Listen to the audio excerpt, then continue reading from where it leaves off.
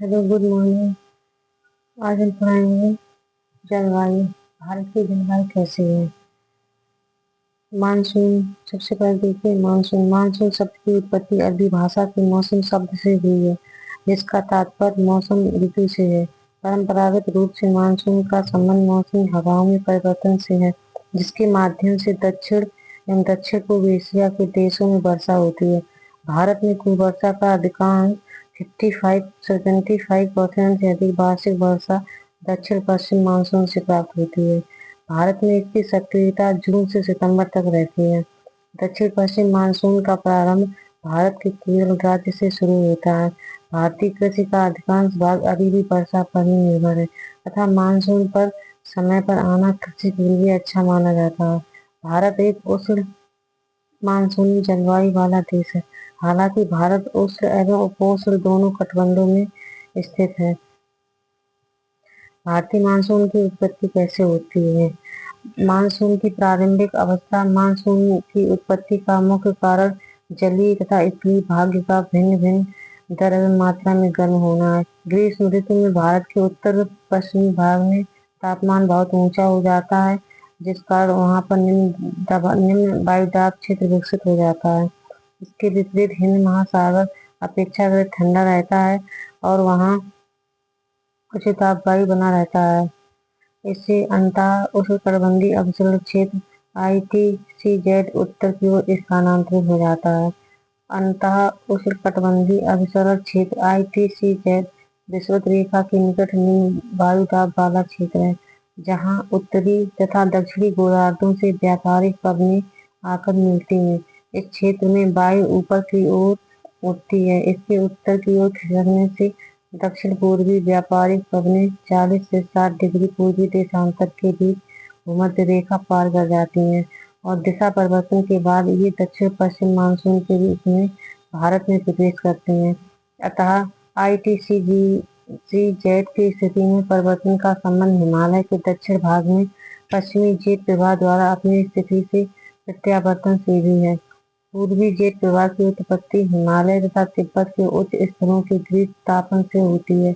इन उच्च स्तरों में हुए विकिरण से क्षोभमंडल में वायु का दक्षिणावर्ती परिसंचरण आरंभ हो जाता है और वायु राशि दो दिशाओं में चलने लगती है। इन धाराओं में एक भूमध्य रेखा की ओर बहने लगती है, जिसे पूर्वी जेट प्रवाह के नाम से जाना जाता है। पश्चिमी जेट प्रवाह ग्रीष्म ऋतु में भी मध्य एशिया के ऊपर बहती है। भारतीय जलवायु पर हिमालय एवं तिब्बत पर बहुत गहरा प्रभाव पड़ता है। भारत में मानसून पवनों की उत्पत्ति हिमालय एवं मध्य एशिया के ग्रीष्म तापन तथा भूमध्य रेखीय जोड़ी के ऊपर की ओर स्थानांतरण के संयुक्त प्रभाव का परिणाम है। मानसूनी वर्षा। मानसूनी वर्षा निरंतर नहीं होती है।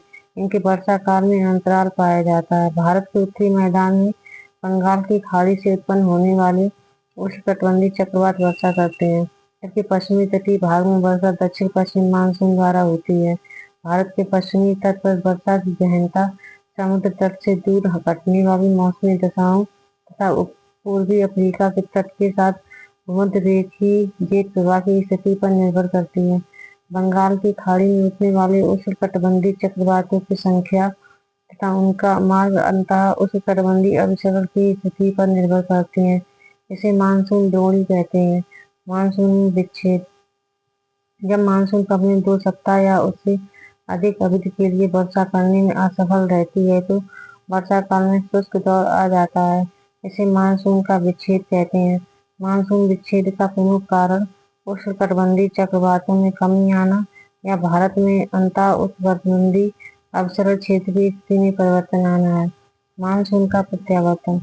दक्षिण पश्चिमी मानसून द्वारा भारत के उत्तर पश्चिम भाग से 1 सितंबर से लौटना शुरू कर देता है और 15 सितंबर तक पश्चिमी उत्तर प्रदेश, पंजाब, हरियाणा, राजस्थान तथा गुजरात के अधिकांश भागों से चला जाता है।